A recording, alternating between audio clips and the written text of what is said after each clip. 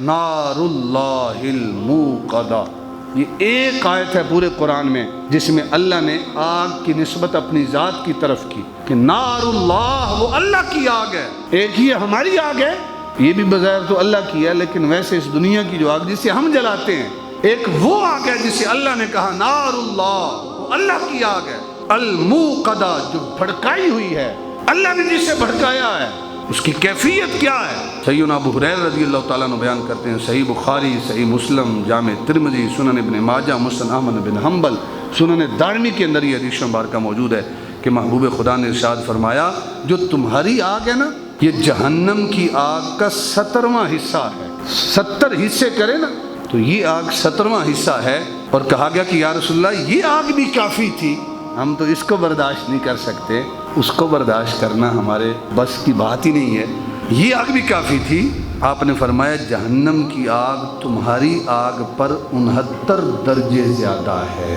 کوئی اس آگ کو برداشت کر سکتا ہے؟ انگلی رکھ سکتا ہے اوپر؟ تو جو 69 درجے اس سے زیادہ شدید ہے وہ کون برداشت کر سکتا ہے؟ سیدنا ابو ہریرہ اس حدیث کے راوی ہیں، جامع ترمذی اور سنن ابن ماجہ شریف کی حدیث مبارکہ ہے، 2590 جامع ترمذی شریف کا حدیث نمبر اور 4320 جامع ترمذی شریف کی حدیث کا نمبر ہے۔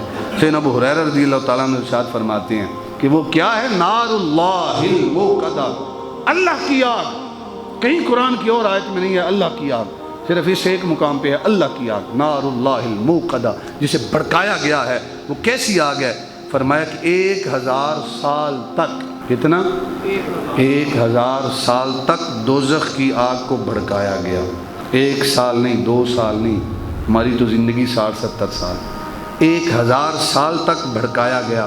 وہ جو دوزخ کی آگ ہے وہ سرخ ہو گئی، اس کو پھر 1000 سال بھڑکایا گیا، سرخ ہونے کے بعد وہ سفید ہو گئی۔ آپ کبھی آگ جلائیں نا، نیچے سے سرخ ہوتی ہے، اوپر سے سفید ہوتی ہے، وہ نظر کم ہی آتی ہے لیکن وہاں کوئی چیز رکھیں تو اس کو جلا دیتی ہے۔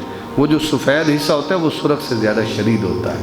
فرمایا 1000 سال تک اس کو اور جلایا گیا تو وہ سفید ہو گئی، اور پھر ارشاد فرمایا کہ اس کو پھر 1000 سال تک بھڑکایا گیا تو وہ سیاہ ہو گئی۔